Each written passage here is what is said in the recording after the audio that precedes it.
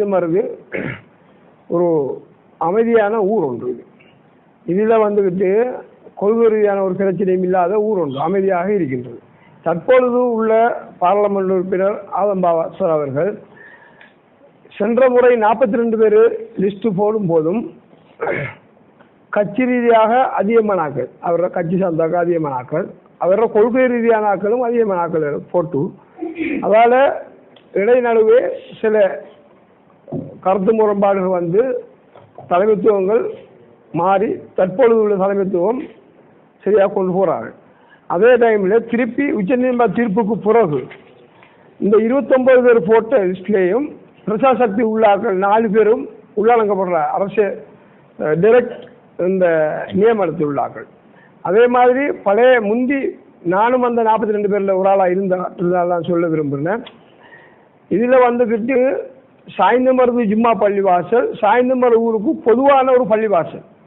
இதில் எந்த கொள்கை ரீதியாகவும் பள்ளிவாசல் திணிக்கணும் என்ற நோக்கத்துக்காக வேண்டி இதுக்கு ஆள் சேகரிப்பு நடக்கிற மாதிரி தான் எங்களுக்கு விளங்குது. ஏன்னு சொன்னால் இதை தொடர்ச்சியாக உள்ளவர்கள் ஒரு கொள்கை ரீதியான சார்பான ஆக்கள், அதே மாதிரி அதில் தொடர்ச்சியாக உள்ளவர்களை பார்க்கும்போது ஒரு கட்சி ரீதியான ஆக்களாக இருக்கிறார்கள்.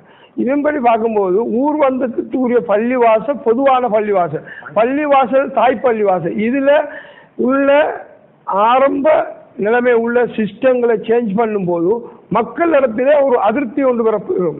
அடுத்தது இதை வச்சு பார்க்கும்போது சில அமைதி இல்லாமல் ஆக்கிறதுக்குரிய வேலைகளை வந்துக்கிட்டு முன்னெடுப்பு செய்கிற மாதிரி ஒரு உணர்வு ஒன்று தோன்றுகிறது.